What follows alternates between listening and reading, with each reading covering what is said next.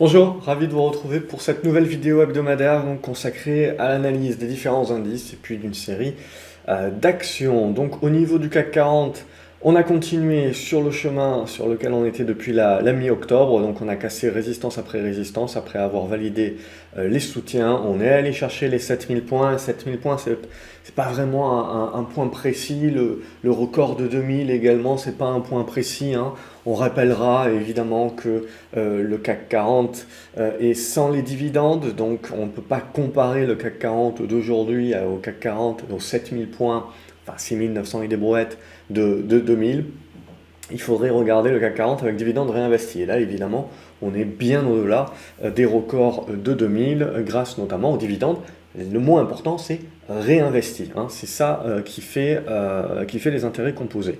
Donc l'idée sur notre CAC 40, c'est qu'en gros, la Fed nous a dit exactement la même chose que la Banque centrale, donc alignement des planètes pour les investisseurs, c'est-à-dire que l'intraveineuse, elle est toujours là. Certes, on va réduire petit à petit les rachats d'actifs, mais ça, c'est pas non plus supra-important. L'économie est capable de prendre, prendre le reste. Surtout, ce qui est important, c'est que les taux vont rester durablement bas. Et surtout, ce que les banques centrales disent, c'est qu'en gros, s'il y a le moindre de pépin, etc., on revient et on remet une petite intraveineuse. Donc du coup, l'idée, c'est que les marchés gardent complètement la confiance sur les marchés. Ce qui est très intéressant également, c'est qu'on continue de parler d'une inflation transitoire. Alors cette transition dure, bien entendu, mais c'est une inflation transitoire, et donc les targets, en gros, ce serait de revenir à une inflation de 2%. Alors c'est très intéressant parce que moi, j'y vois tout de suite le parallèle, on avait parlé dans différentes vidéos, avec plus l'idée qu'on est dans une économie donc, de réouverture avec des ajustements, pénurie, machin, truc bidule, et ça prend du temps de fin de Seconde Guerre mondiale, où là, on avait vu les taux d'intérêt monter jusqu'à 4%, puis revenir derrière sur les 2%. Et pareil, l'inflation, on avait eu un pic d'inflation, mais il avait été transitoire, il avait duré 2 ans. La transition, c'est bien ce qu'il faut. Il faut faire attention, il ne faut pas se laisser complètement endormir par tous ceux qui commentent les marchés tous les jours, etc. Transitoire, voilà, ça peut durer 1 an, 2 ans. L'économie, c'est un processus long, donc il faut bien le comprendre. Donc en gros, l'idée des banques centrales, c'est donc de plus se dire, on est en mode années 50. Il faut savoir que le cycle de réinvestissement a duré jusqu'à les années 60, ce qui pousse derrière, plus tard, à la stagflation, à des contraintes de manque de productivité et à une crise économique. C'est parce que c'est là qui est très intéressant, c'est que pour l'instant on ne peut pas comparer, on ne peut pas se dire on est dans un scénario type années 70, puisque dans le scénario type années 70, il y a de l'inflation, mais il y a surtout une crise économique. Donc il y a une baisse de la productivité, du chômage, énormément de chômage. Aujourd'hui, on est clairement en manque de main-d'œuvre.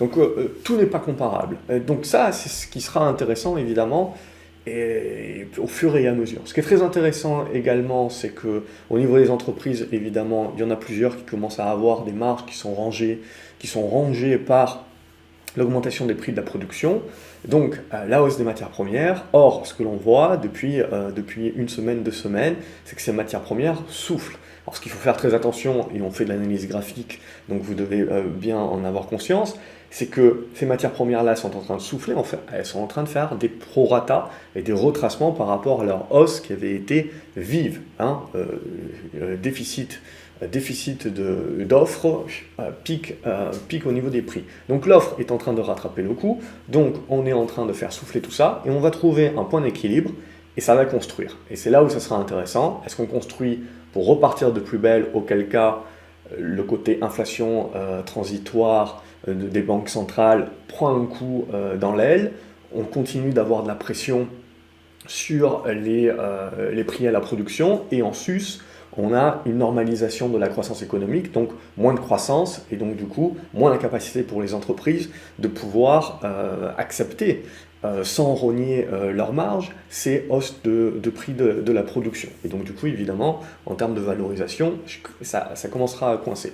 Ou au contraire, hein, les prix après cette congestion continue de se dégonfler, et là, les banques centrales auront raison. Le vrai enjeu, finalement, c'est pas de savoir si les banques centrales vont avoir raison ou pas raison, si l'inflation sera transitoire ou pas transitoire, si après tout ceci, on va avoir un surplus d'offres qui va nous amener dans une crise de l'offre et une normalisation de la croissance qui ne sera pas de la normalisation de la croissance, mais qui sera un retour finalement à ce qu'on a connu ces 10 dernières années, c'est-à-dire un retour dans la crainte quelque part de la croissance molle, et puis de la désinflation dans un premier temps, et puis de la déflation ensuite.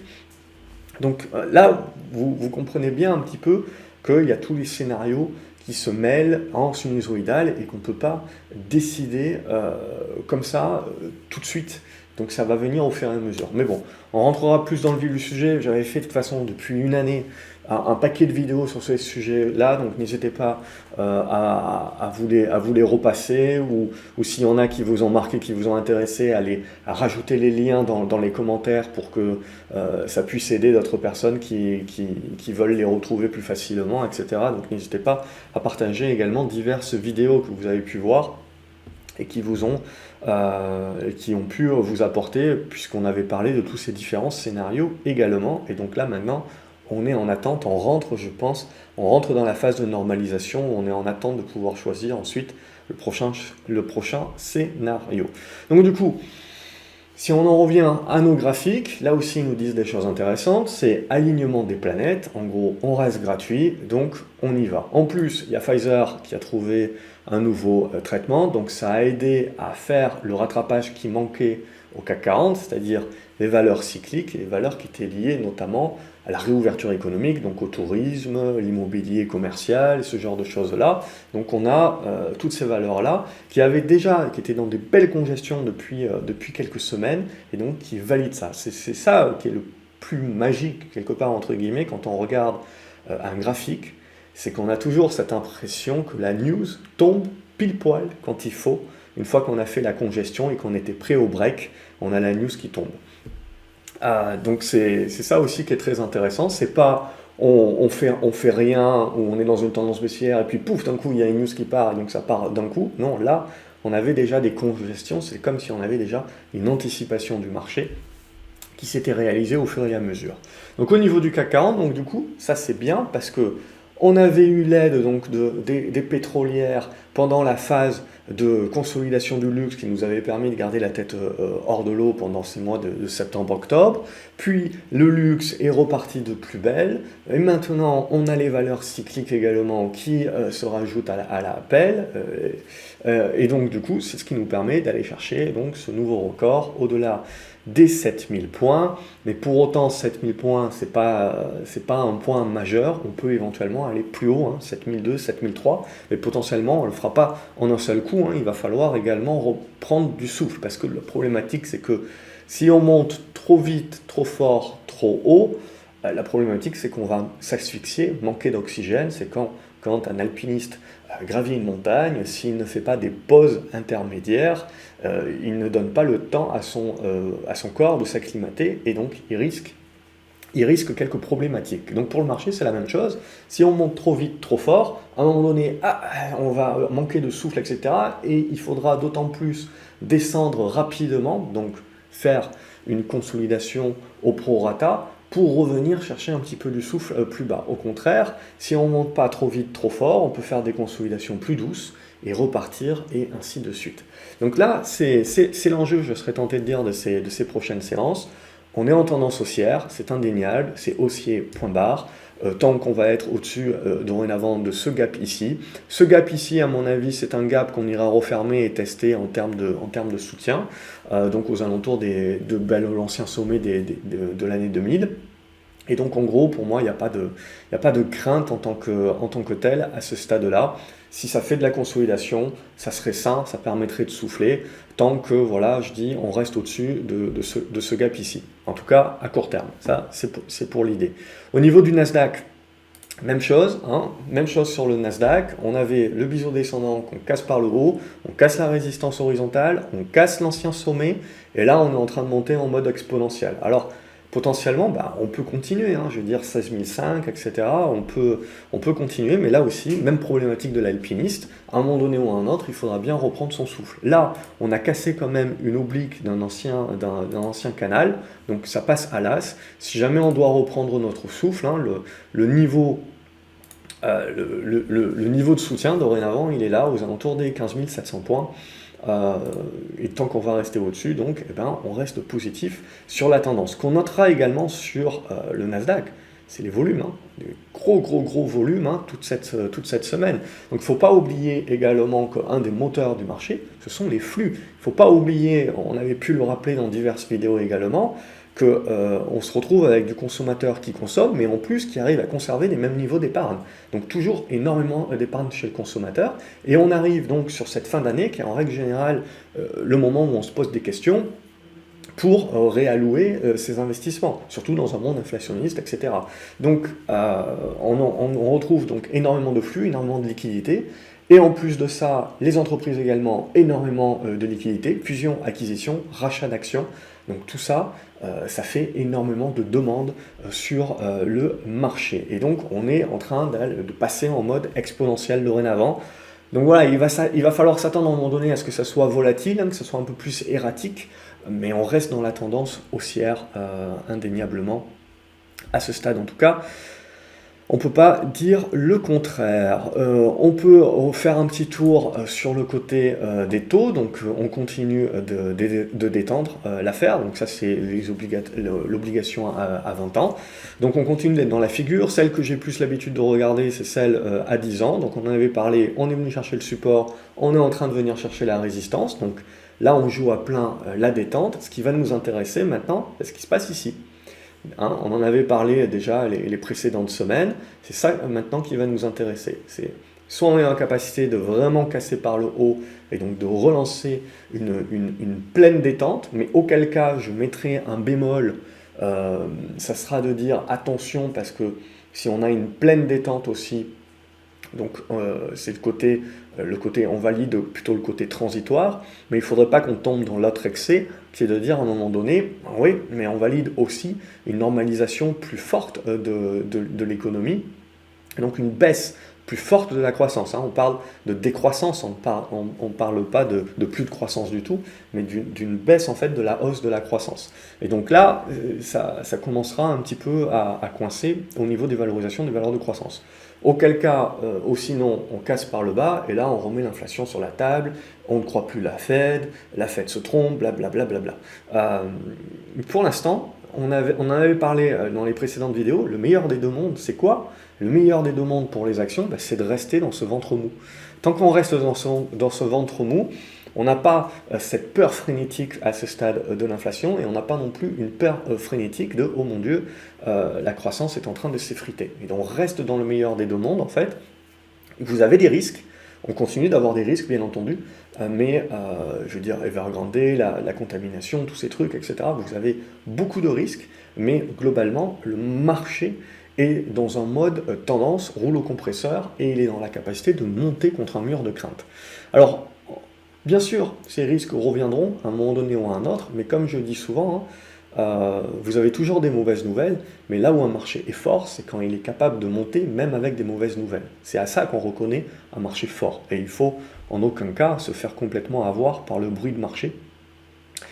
Au niveau de l'or, ce qui est très intéressant sur l'or, c'est qu'on est quand même en train de tenter aussi de se couvrir. Et donc vous le voyez, l'or est en train de revenir sur une résistance oblique, il y aura une résistance horizontale également à casser, mais du coup on a un retournement haussier potentiel sur l'or, une relance éventuelle de sa tendance haussière qui n'est pas négligeable. Et c'est là où ça devient très intéressant justement, c'est qu'on joue à plein la détente des taux, etc., mais on joue également la carte de la protection de cette inflation. C'est-à-dire que le marché, quand même, est dans cette capacité de se dire je continue à jouer mon scénario inflationniste. Oui, les taux vont rester bas. Donc, comme les taux restent bas, j'ai quand même une protection à aller chercher à ce stade-là. Donc là aussi, on a l'euro-dollar aussi qui impacte. Donc on va regarder aussi le silver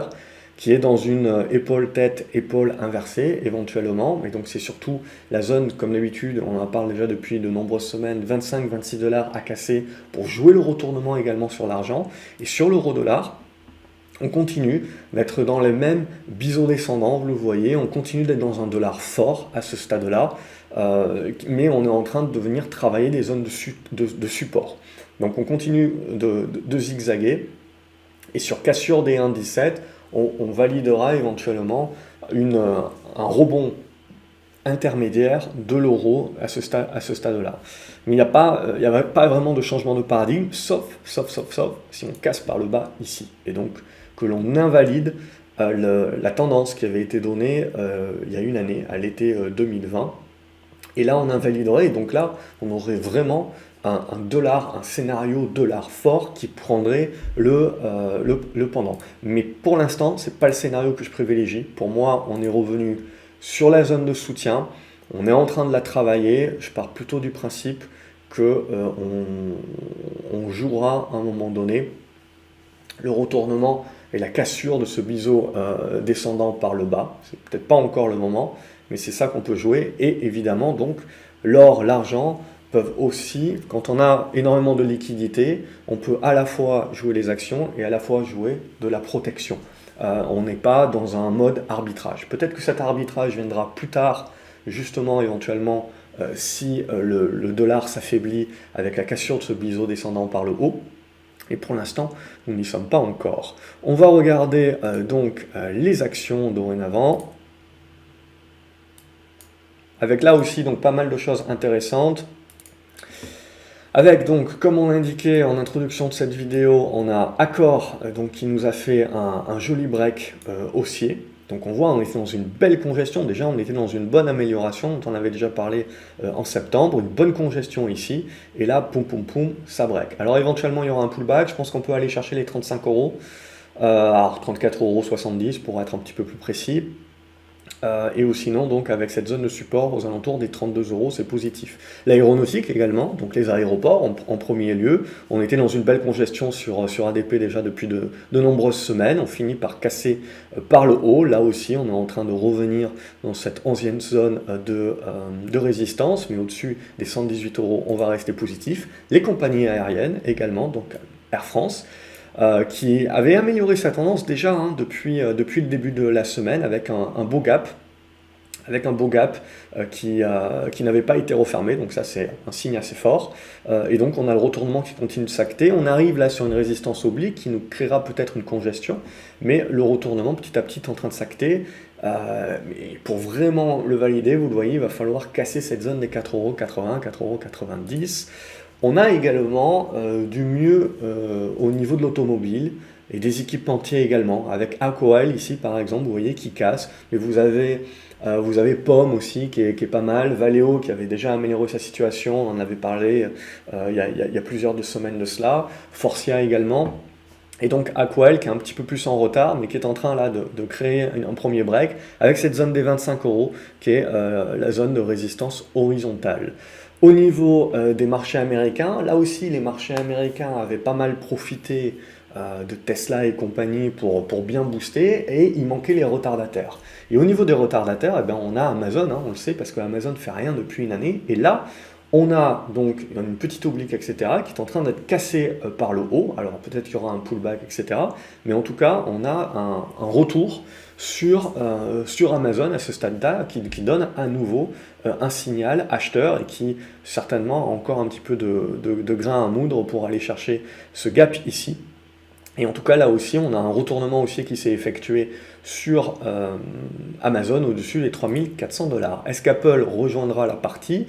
C'est la question, puisque pour l'instant on évolue encore sous une oblique descendante, donc il faudra la casser par le haut pour continuer de trouver de la puissance. Et c'est là vraiment où le marché américain, et notamment les GAFAM, pour moi, on est sur des zones qui vont être très très intéressantes. C'est-à-dire qu'il ne faut pas oublier que même si tout est haussier, même voilà, quand on regarde Microsoft et tout, vous voyez, on passe de 280 $ en l'espace de un mois à 330 Tesla, il ne faut même pas regarder. C'est quand même pas anodin. Donc on est vraiment sur une jambe exponentielle. Sur des caps, c'est pas des biotech, donc on est vraiment sur des gains de valorisation énormissimes.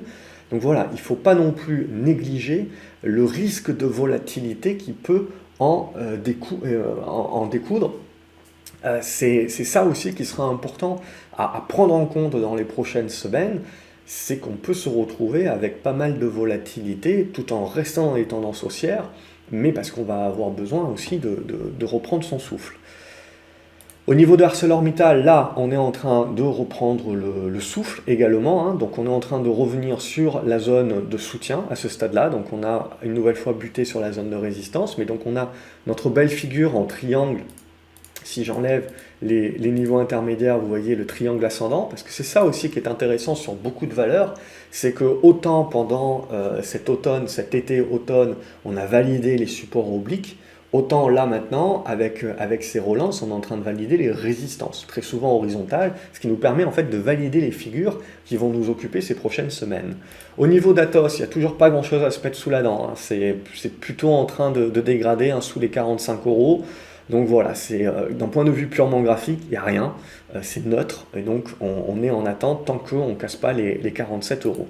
BE Semiconductor, voilà, vous avez eu les rebonds qui se sont effectués, on continue aussi, on est en train de revenir sur les niveaux des résistances, le support est à 73 euros. Biocartis, c'est en train de congestionner, donc ça se regarde, il y a les résultats également qui vont tomber la semaine prochaine, donc il faudra voir.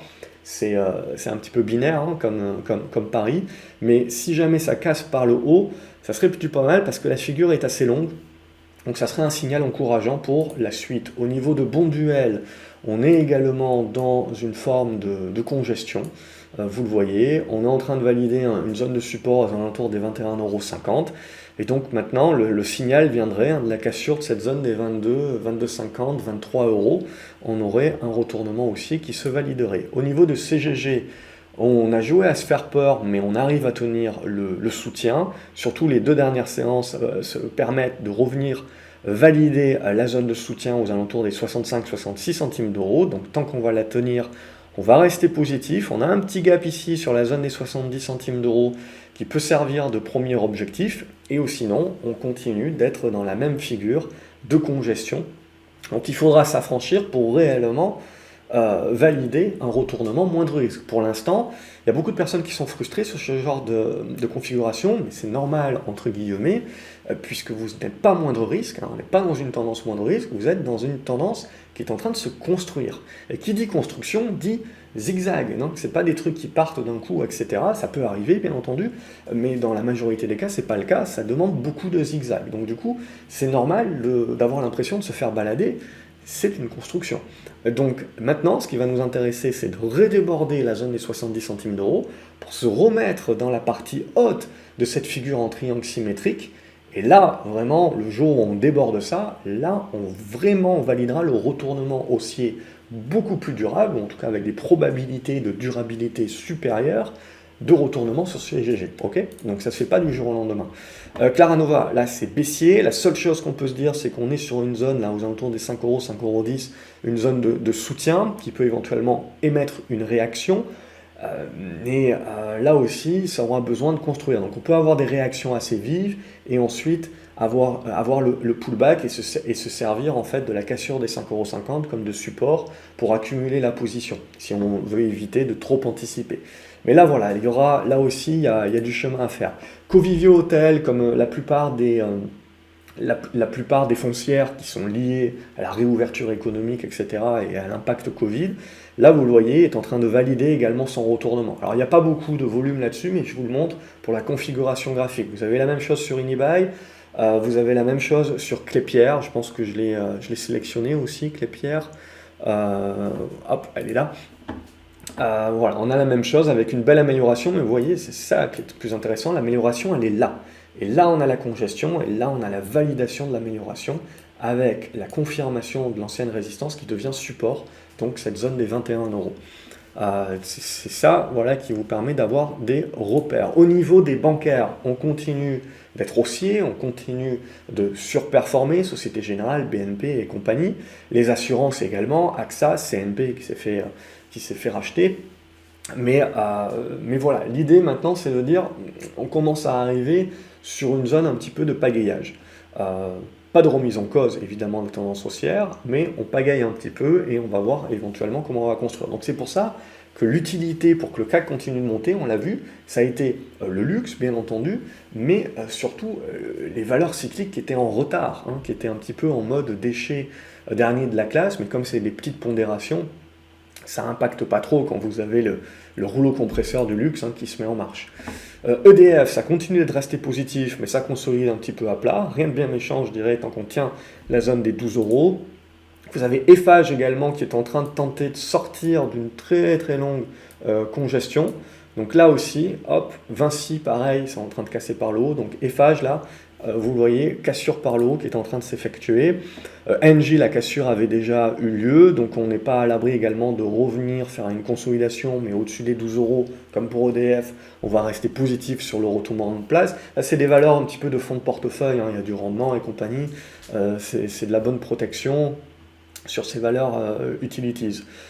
Eramé donc a fait un bon prorata, est en train de revenir sur cette zone des 68 euros qui est une zone assez intéressante pour éventuellement tenter du rebond. Mais là, ce qu'il faudra identifier maintenant sur Eramé, c'est ok le rebond très bien, mais quelle sera sa force? Parce que si on bloque à 70, 72, ça reste pas top.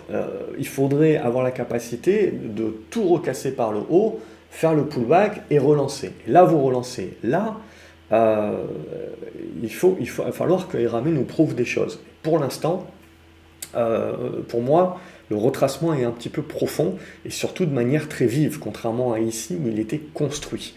Mais bon, on avait connu également un retracement assez vif ici aussi, ce qui n'avait pas empêché derrière de relancer. Mais vous voyez la manière dont c'est relancé, on n'a pas hésité. Ici, vous voyez comment vous relancez, il n'y a pas d'hésitation. Donc là, c'est la même chose. L'idée, c'est on ne veut pas d'hésitation, donc il faut que ça relance très vite. Si ça commence à pagayer, c'est votre signal qu'on est parti pour congestionner un petit peu plus longuement. L'annonce Pfizer, évidemment, n'a pas fait trop plaisir à un certain nombre de protagonistes. Il ne faut pas oublier, évidemment, que ces valeurs ne font pas que des choses liées au Covid, évidemment. Mais du coup, vous voyez également, ce qui est important de comprendre, c'est que les dégradations ne dataient pas de maintenant. C'est ça aussi qui est important de comprendre. Et en tout cas, ce que l'on voit, c'est que ces dégradations nous permettent surtout de revenir sur des zones de soutien. On voit cette zone des 95-96 euros sur Eurofins. Si ce n'est pas suffisant, vous avez cette zone des 89-90 euros. Mais en tout cas, voilà, c'est des valeurs qui avaient des très très belles tendances haussières, qui sont en train de faire de la consolidation au prorata. Et ce qui nous intéresse maintenant, nous, c'est de voir où sont les acheteurs. On fait une belle mèche basse aujourd'hui. Donc on a tendance à prouver un petit peu qu'il y a du monde vers cette zone des 96-97. Au niveau d'Euronav, on a une consolidation sur Euronav qui est en train de se faire. Alors Euronav, également consolidation prorata un petit peu profonde. Et bon, globalement aussi, vous voyez, on est au prorata de la hausse. Pour moi, le niveau qui est toujours super important, c'est cette zone des 8,10, 8,20. Alors on voit qu'on est venu chercher légèrement cette zone de mèche ici sur la zone des 8,35, donc avec une réaction. Maintenant, ce qui va nous intéresser, c'est la zone de zigzag ici, dont il faudra se réaffranchir par le haut, évidemment, pour relancer la dynamique. Si on casse par le bas, il y aura une zone de soutien aux alentours des 7,80. Mais bon, l'idée, en gros, c'est qu'au niveau du fret, quand on regarde un petit peu toutes ces valeurs, etc., c'était ce qu'on s'était dit il y a une ou deux semaines, tout le monde parlait pénurie, tout le monde parlait prix des matières premières, etc. Et en fait, ça se résorbe déjà depuis un mois, donc c'est en amélioration. Ça ne veut pas dire qu'on ne va pas avoir un second pic en mode nouvelle crise, etc. Surtout si la Chine développe le Covid et continue sa politique de cas zéro et donc commence à bloquer énormément de choses. Mais ça, on ne peut pas le savoir en avance, mais en tout cas, quand on regarde les cours de ces valeurs-là, on peut le valider. Donc quelque part, on voit une certaine baisse de pression à ce stade-là. EuropaCorp, c'est un petit titre, mais qui est pas loin d'éventuellement sortir par le haut. Alors, comme c'est des petits titres, etc., il y a plus de déchets, évidemment, et il faut pas beaucoup de titres pour complètement invalider le scénario, donc ça se regarde, c'est une configuration qui est plutôt pas mal.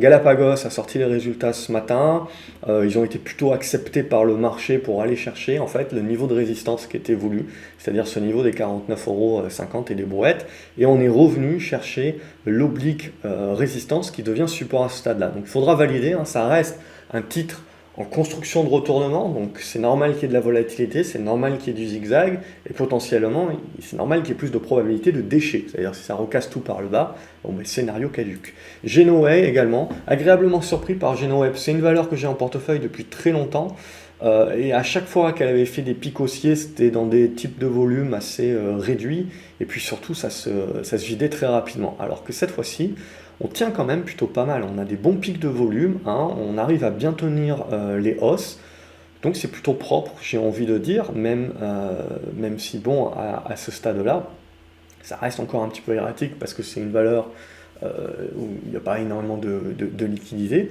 mais on continue son petit bonhomme de chemin, doucement mais sûrement.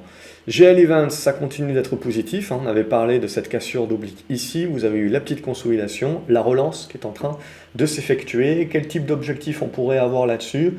Je dirais les 20,50 € à 21 €. J'ai cru voir passer pas mal d'achats des dirigeants. Donc ça fait partie des valeurs aussi où il y a peut-être une opération financière qui peut être proposée.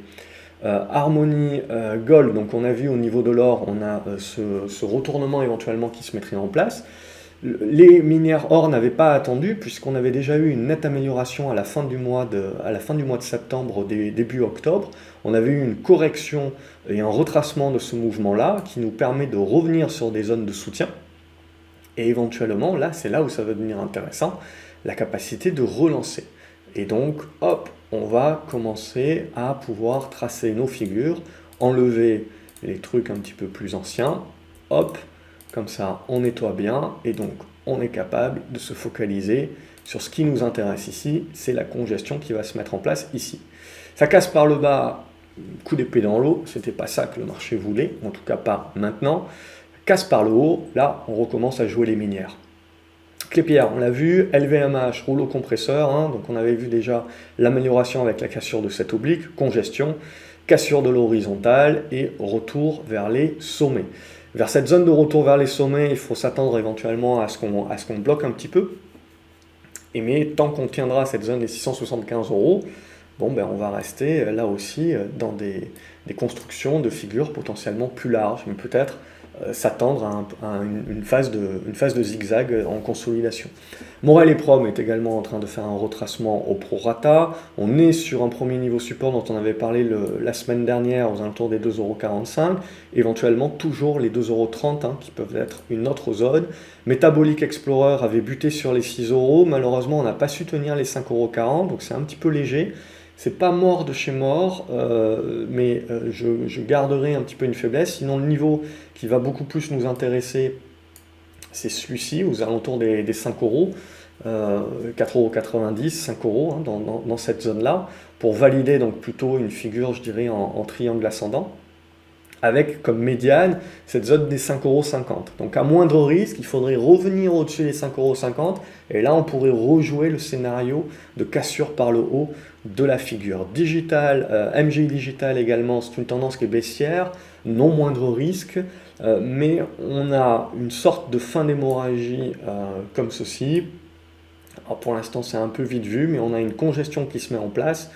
Et l'idée, ça serait de jouer un retournement, donc sur cassure, capacité de revenir au-dessus des 40 € et surtout cassure des 42 €. C'est un petit peu long shot pour l'instant. Ça reste une valeur avec un bon socle fondamental et puis ça reste aussi une valeur un petit peu en mode alésienne parce que ça fait un moment qu'on parle que c'est opéable, évidemment, ça finira certainement par l'être. Mais bon, il ne faut pas être sur une valeur que pour ça. Micropole annoncera ses résultats la semaine prochaine, et Micropole ne faisait rien depuis de nombreuses semaines, tout en étant encore dite comme sous-valorisée, bien entendu. Et donc là, cette semaine, on s'est pas mal réveillé, hein, puisqu'on a été dans la capacité de revenir chercher la résistance oblique. On n'arrive pas à la casser hein, sur cette clôture, mais on a les résultats la semaine prochaine, peut-être une opération financière sur cette valeur aussi, c'est possible. Hein. Je ne vais pas regarder l'actionnariat et le flottant, mais il faut jeter un œil éventuellement. Mais en tout cas sur le secteur, ça a été le cas déjà sur de nombreuses proies, donc du coup potentiellement ça en est une aussi. En tout cas les 1,20 € se valident en support dorénavant, donc on est positif au-dessus de ce niveau-là. Et après, il faut dézoomer un petit peu plus, la résistance est sur les 1,40 € et on est en fait dans une énorme figure depuis 5 ans en triangle symétrique. Donc c'est le débordement des 1,40 € qui vraiment change la donne. Motard&Gill, on se fait complètement balader là-dessus. Enfin, je me fais complètement balader là-dessus.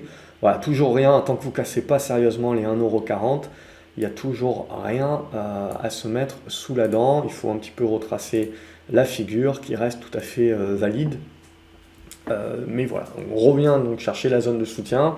Il faudra réagir, bien entendu, sur cette zone-là. Au niveau de Nakon, on est en train de construire le socle, comme on en avait parlé la semaine dernière. On est toujours donc dans cette congestion, dans cette zone-là, tac, tac, tac, tac. Et donc on le voit, il faudra réussir à déborder cette zone 5,86 € pour vraiment commencer à insuffler éventuellement une tentative de retournement. Bon, je partirai du principe qu'il y a potentiellement encore de la construction à faire. Ce qui est intéressant, c'est qu'il y a des volumes, il y a plus de volume qu'à l'accoutumée, effet Bolloré très certainement.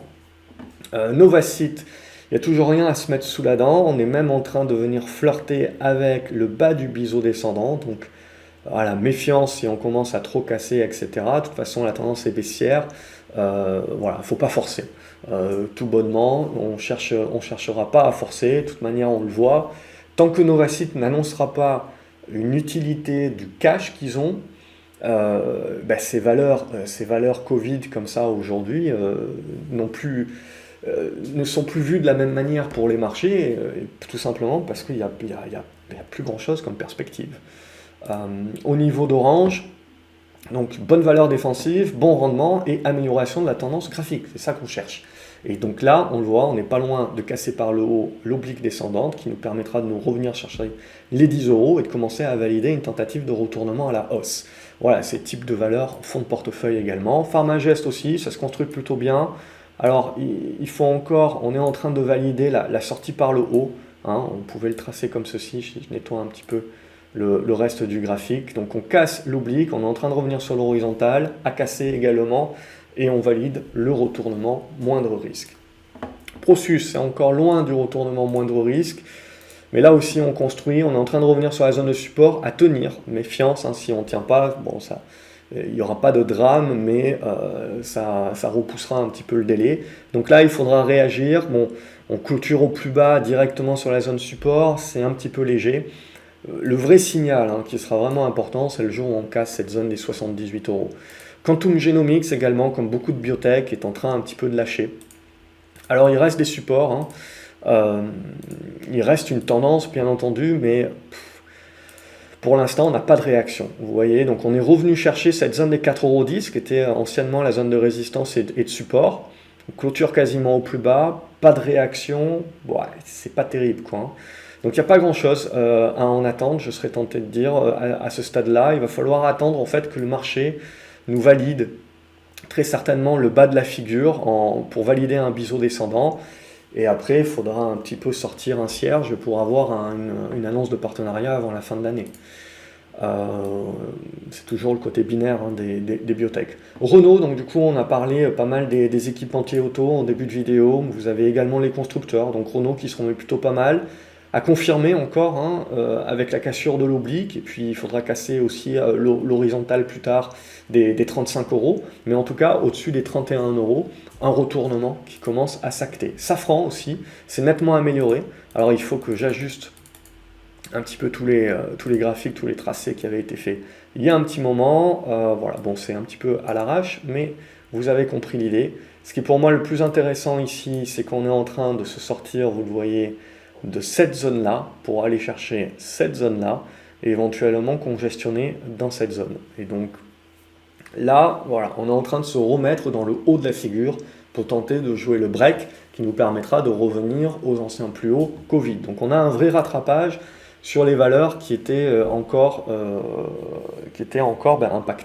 impactées Covid et compagnie, et qui n'avaient pas rattrapé complètement l'effet Covid. Sanofi également, c'est tout à fait propre, depuis qu'on avait cassé les 86 €, on est revenu sur les sommets, on fait une petite consolidation intermédiaire, mais voilà, au-dessus des 86 €, on va rester positif. Sartorius, même chose que pour Eurofins. Voilà, ça ne fait pas que du Covid, mais bon, Pfizer a fait un petit effet. Ça se regarde, on est dans une zone de construction à ce stade-là, donc il faut casser les 500 € pour repartir dans une tendance haussière moindre risque. Il faut tenir, je serais tenté de dire, sinon cet oblique ici, sinon on risque de revenir chercher, je dirais, hop, une zone ici comprise entre les 400 et les 420 euros, qui sera également une autre grosse zone de soutien. Et après, il faudra voir ce qu'on construit d'autre, hein. On manque de repères à ce stade-là. Solution 30, on en avait parlé comme étant assez faible, hein, incapacité à vraiment repasser les résistances. Et puis, tout au long de cette semaine, on était plutôt, voilà, à chaque fois, on allait chercher la résistance, mais très rapidement, on butait dessus, on finit par craquer. Donc là, pour moi, le scénario est caduque. Je remets tout à plus tard et on patientera. Au niveau de Technip Energies, ça construit. Rien de bien méchant à ce stade-là, hein. J'ai toujours un support aux alentours des 12,70 €. Cette zone-là est en train pour l'instant de réagir, mais on fait pas mal de mèches hautes, donc on n'arrive pas à dépasser la zone des 13,40 €. Donc 13,40, 13,70, hein, c'est la zone qu'il faudra repasser pour relancer la tendance haussière. Terra Nexus également, pas grand chose à en attendre, on continue, on avait un petit peu amélioré la situation, là on redégrade. Bref, c'est du no man's land à ce stade-là, hein. Attention, si on lâche les 6,60 €, là, il faudra faire attention à un retour possible sur les 5,80 €.